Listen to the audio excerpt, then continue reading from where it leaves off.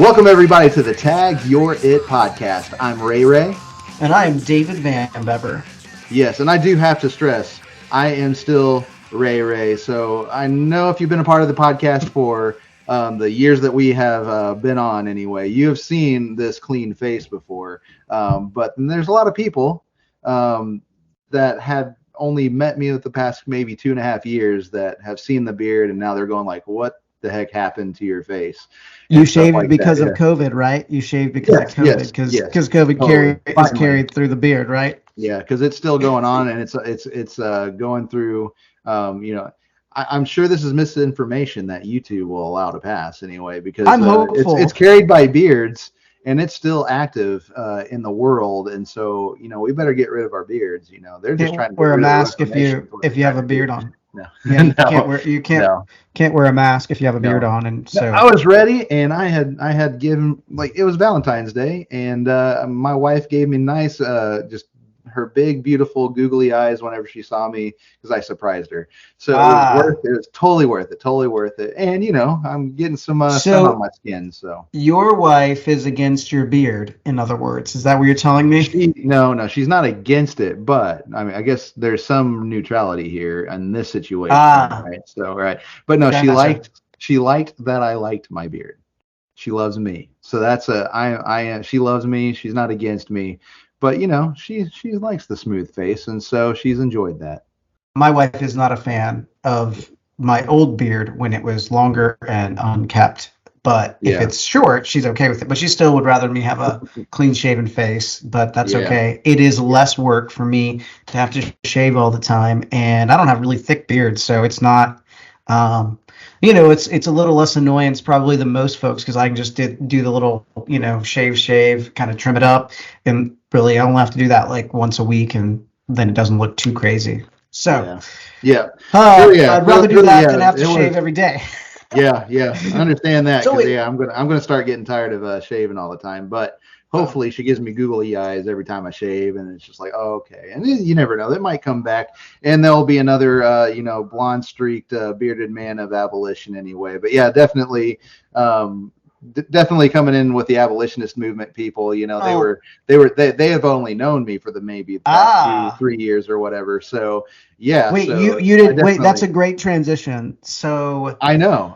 Last week you made your way to Jefferson City, and you were shaved. Is that right? I did shave on the 14th. So yes, February 15th for the Abolish Abortion Missouri rally at the Capitol. Yes, I was clean shaven, and I definitely I think Russell Stevens was all like, what is that, and then Wes Scroggins was so flying around with how busy he was, he didn't really have to mention it a whole lot. Mike Moon, he might have kind of did a little bit of a double take, but he knows me, and that was great to know that he knows me. So he let me into the office. So that's good. They did recognize, and Rusty Thomas recognized. I still think this thing is a thing. So it's the yellow streak of abolition. So I want the Missouri Baptist Convention to loathe this until we resolve to abolish abortion and to speak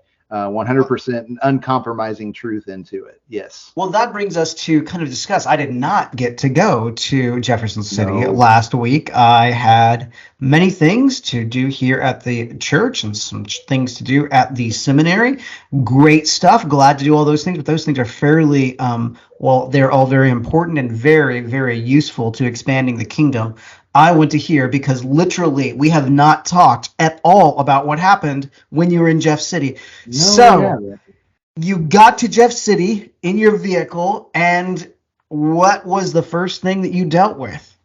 Well, I mean, it was just getting up there and then just making it known. So I was walking down the hall, went up to the second floor to go to Mike Moon's office, and out comes Wes Scroggins' son with a few other people, and Rusty Thomas. He was on, and the interesting thing is, I think the night before or sometime before, he had went on Apologia Radio anyway and talked about. So like, it's really cool because like I ended up like talking to him a long time about things. And it was interesting then after talking with him, listening to the podcast, and it's like, okay, yeah, so his podcast is a thing, his ministry is a thing. It's wonderful. It's the second year that we had Rusty as our sort of keynote speaker, but he did a bang up job, and I sort of made a joke of like, I might only give 5 minutes to talk, but Rusty will take every last second that I don't take. But he took right amount of time, good rhythm, good points. He brought things together. Yeah, Rusty did a great job. So it was wonderful to have Brother Rusty Thomas he was the president of Operation Save America, and had left that, moving to Florida from Texas, and starting actually he's going to be church planting, and then hopefully it becomes a network of churches planting churches too. So that's even better. So there's a lot to pray for him about, not just about the abolition stuff, but there's a full thing. Again, like I like to make sure that though we talk about a particular, that's not the only thing that we as people are about. But yes, we are definitely championing, because people are speaking loud and wanting to kill babies, and we've got to make sure that if we're at the mill, if we're in a pulpit, if we are standing in capitals, if we're talking with our legislators, whoever they're, whatever, that we're making sure to be like, hey, like we're not just about this. And there's a whole lot that gets involved in this, but yes, where you are at, we've got to go, hey, we're in the Capitol. We need you guys to recognize the truth that you are made in the image of God, and these babies in the womb are made in the image of God from fertilization, and we have no right to do anything with that other than to make a hospitable environment and to give them a home, because that's what God has commanded us to do in our dominion mandate that he gave us, to be fruitful and multiply, subdue the earth for his glory. So, man, excellent. So you ran into Rusty. Now, one of the things you were talking about when we were discussing inviting people to come to Jeff City, it was actually going and speaking to one of our brothers in the Lord and a friend that we do respect. We have some very serious agreements with. We love him to death and mean that sincerely. Doug Ritchie is our friend, our brother, but we definitely, our goal is actually to persuade him of the truth. So that never helps if we're going to bash the guy.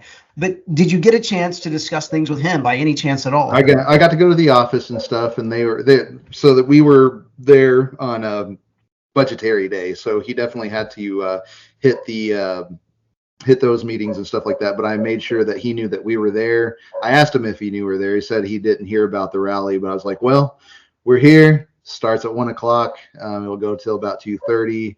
Might go even later, because again, I was like, we got a guy named Rusty Thomas. I'd love you to listen to him, and he might be long-winded, so it might go past 2:30. So I think we might have an extended chance for you to come and hang out. I didn't see him in the crowd or anything, but then again, there it is heavy up there right now. They were having lots of debate, and the floor was open for them, and so yeah, there was a lot of business going on. But I did get to make sure that I went to make sure, like, to go to his office, shake his hand, and just let us know that we're here, and we'd like to talk, and and it's one of those things, like, just to bring back into the past, if people did not get that information, he is cool with equal protection, where the resolution committee did not like the tone of the document. That was the big thing. If you go back and listen to what they said, he was like, I don't see that in there. So he loves the language of the equal protection, the resolution for equal protection of the law for preborn children. He agreed with that. He did not try to stand up and say anything for or against. I mean, he stayed away, but he didn't say anything against. So I mean, like, we can connect there.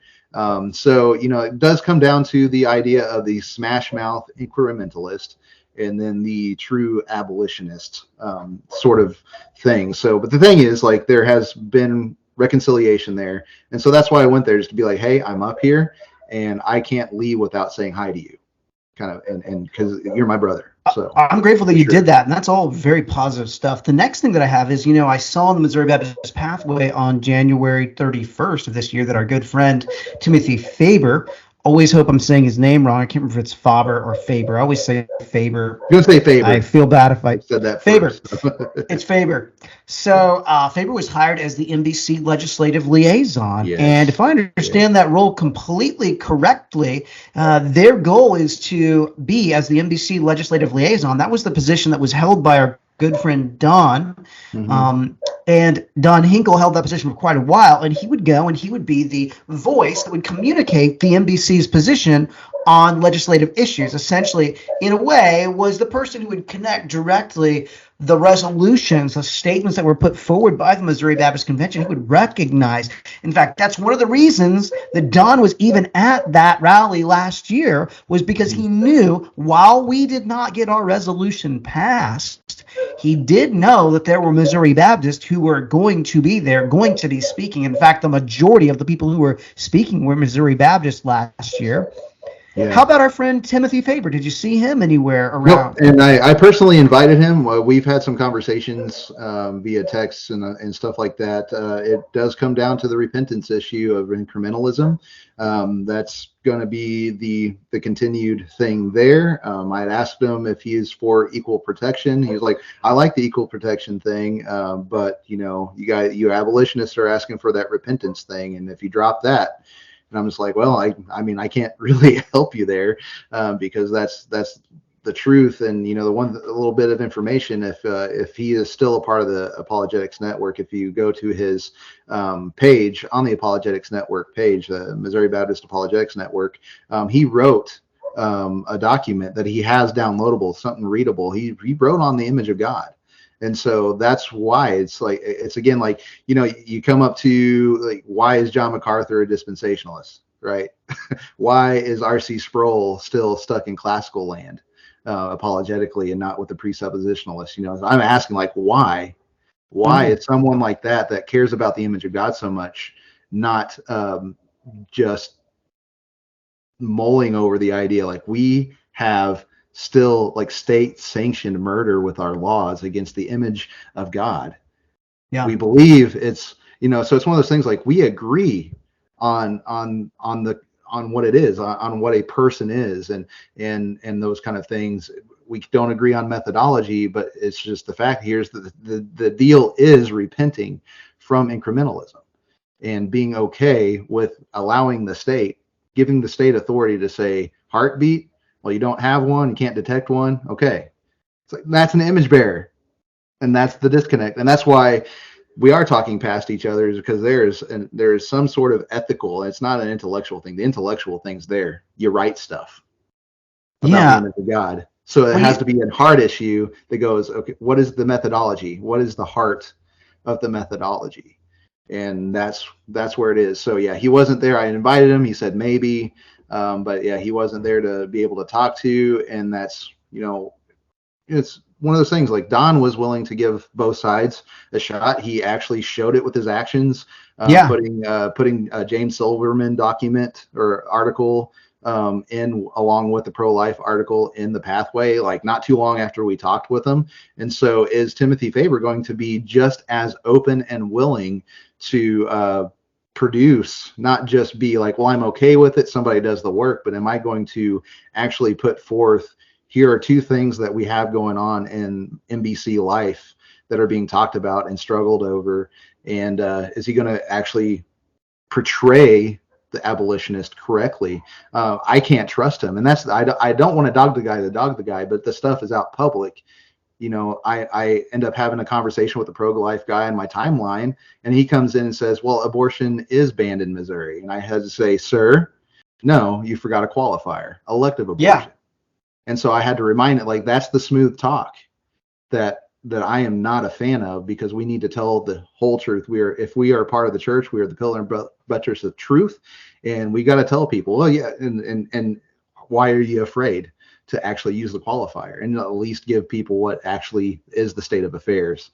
And then he ended up sending me about a bill that's in the House of Representatives that's just basically going after the drug companies. So I already talked about that. Are we going to go after the gun manufacturers or the people that shoot people when they shoot people? and So murder help me people. out. So. We did get to hear those who were there. How was the turnout? Was it a good group of folks compared to last year? Give me some of that. I think last year we had a little bit more like hangout prior to the meeting. So like Wes was kind of like, oh man, it looks like it's going to be down. But then by the time that we started, the room filled up, and it was about like last year, So I guess we haven't gone down. Maybe it's gone down from the past or whatever. But there was a good amount of people there. The cool thing was is I got there early enough. So like I said, I saw Rusty and Wes Scroggins' son going around because we sent out a couple of groups of people with a list of legislators to hit and give materials to.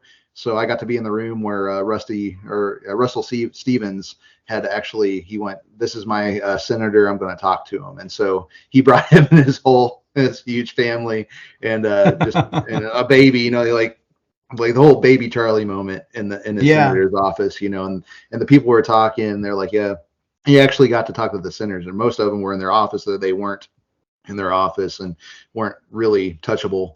I went to like Caleb Rowden's office, and I'm like, hey, my name's Adam Cochran, and I'm here. Like I've called on the phone, but I just want to make sure that while I'm here, that I ask you guys, please have Rowden.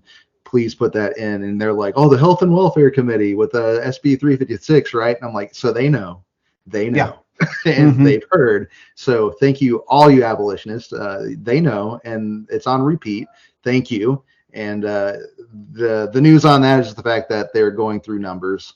So on the senator side, they're starting with SB1 and then going down the list. So 356. Hopefully within the next 2 weeks, maybe we'll see it go to a committee. If it goes to the Health and Welfare Committee, we do have that chairperson as someone who has said that they would support, co-author or co-sponsor or sponsor. So she's the head of the chair. So she will support that document. And unlike Senator Bill White last year that just didn't even talk about it, she will bring it to the committee for a vote. Mike Moon is also a part of that committee, has to go to that committee. So on the rep side, I guess the Speaker of the House. That was where I was going to ask. That was the next piece. We know we have Mike Moon on the House side. Give us the rep side. Tell us a little bit about this guy, because I don't know anything about Bob Titus. Where's he Bob from? Titus, yeah. Bob Titus.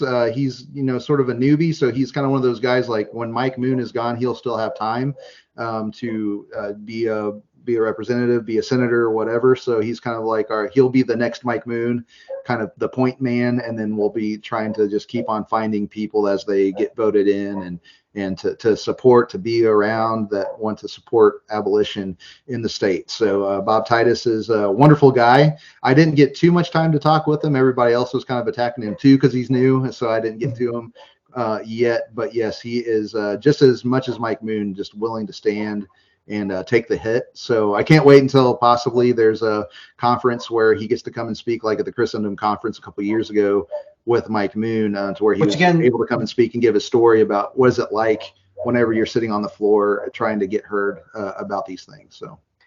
And by the way, the 1st of April, what is that conference real quick? I know this is we'll put a big, it's the 1st of April. 1st of April. The Christendom conference. And this time it's going to be on family stuff. That's about all I know. So I know that. All right. Good. Will be no, we just need to make sure we get, we need to make sure we get some of our information out on that, because I'm going to do my best to bring some folks from my church actually to that conference this time. So a little bit different this time than last year at this point, because I've been here for a little bit longer. Hey, one other piece, because I think this is another fascinating.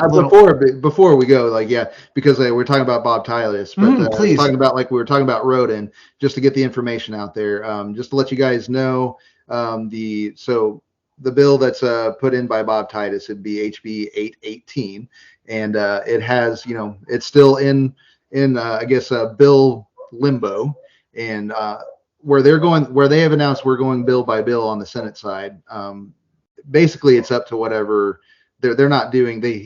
I guess Plockert is the Speaker of the House. He has the control over that. They put him in committee, and he's just doing it on a whim. So there's no structure. There's nothing promised or anything. He's whatever he finds pertinent is the bills that get assigned to committee and all that kind of stuff. And so we know that the Senate side is going to deal with. So it's one of those things, still deal with the Senate side, but we need a lot of people that hear this to make sure that they go to the rep side and they call Plockert up and they go like, please, for the sake of the unborn image in this state, please put it, and pray that it gets on his heart, that the Holy Spirit moves him to please put it in a committee. And that one we needed in the Children and Families Committee on that one. And that's kind of where we're at right now. So we can't do anything. The senator, they can't do anything until it hits committee.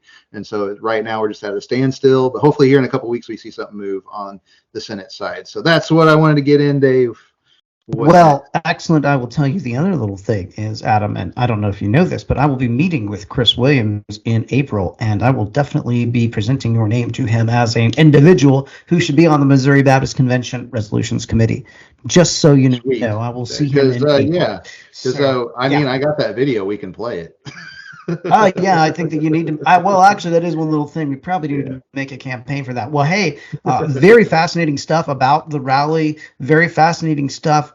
Tell me real quick as we kind of close out this segment and move to another segment. Well, we'll actually close the program, basically an update on the review. Tell me a little bit about your message. One piece before you do that. Want to remind everyone, you can go to the Missouri Baptist Apologetics Network and you can pull up the booklet that we wrote a little while ago, back in 2018, Show Me Why. Adam and I have chapters in that. So does our good friend Timothy Faber. He lays out what he believes it means to be made in the image of God. I've not had a chance to go through that all the way. Okay, he wrote that for. But, yeah. Yes. But I will spend some time on that, and we will call him out on these things because that is something we need to do because he's put that out in the public. We love him as a brother. We call him to repent over his position and his pride because that is the real thing that often prevents us from repentance. I'll add to the fact that he needs to repent of the way he has used and abused language, especially talking to brothers and sisters and being very, I guess I would say, the sin of omission. In this case. So it's not a commission, a committing thing, but what he's leaving out. It could be, and it's one of those things that might not be intentional, but it's just a part of the programming of just being a part of politics and being a part of the pro-life movement for so long. It's just what comes out, and you don't really realize that you're doing it until you're called out, and then you don't reply and say, oh yes, I do, like, thank you for reminding me about the qualifier, and you're and it's like, I'm in good faith with you, but I'm in bad faith whenever we've had the conversation before and I pointed it out, and it's like, and we had, because that's what I did in the resolutions meeting, is I pointed out like the qualifier. It's like, no, and then I pointed out the qualifier at the NBC and the difference of language there and trying to stay consistent. So now it's bad faith, and I can, that's a sad thing, but yeah, we hit it very clearly at the beginning. Was the when we first said it, hijacking of language that's occurred. So the great thing is there is some momentum. I hope if you're listening to the podcast, you would share this with friends that you have that are Missouri Baptist. We want very much for the message of abolitionism to continue to spread. We want it to rise. And one way we do that is by having you share our podcast, our video stream to your social media page. I would even encourage you, send it as a message to a few people in your church. We would love for you to do that because that is a way that you bless our podcast. We don't ask for money. We don't ask for you to give us any funds. We are always hopeful that people will share what we have. That's the best way you can support us. So but if you do, go to AAMO. They need your funds. There you go. That can help us out on the abolition side. So that's going to do much more work than Tag Your It will do as far as putting feet on the ground and funding feet on the ground. So if you go to Abolish Abortion Mo, I think maybe it's abolishabortionmissouri.com, or just search Abolish Abortion Missouri, go to the website. And if you have any cash to donate to that, please do. So that's going to be like, we got some wonderful ideas that we would like to put some dollars behind. And we would be so grateful for that. Well, excellent, Adam. Thank you so much for being able to go to that incredible rally and be able to go and petition those folks that need to hear the gospel and need to hear the truth of the gospel. I'm glad that you did that. If you have any chance to grab any of those clips, we'd love to add them up to our podcast page. Yeah, it's online. Yeah, it's all on the Facebook timeline. I think Brandon shared it himself, but it's made the circles around. So if you haven't seen it, just make sure you check out the Abolish Abortion Missouri Facebook page and groups and stuff like that. It's up there for sure. So. Well, Adam, thank you again for going to that. It is great to hear that update and great to get to discuss this with you. Again, this was the first time I got to discuss any of this with you. Yeah. So, with that said, this is the Tag Your It podcast. I'm David Van Better. And I'm Ray and Sully. Deo. Gloria.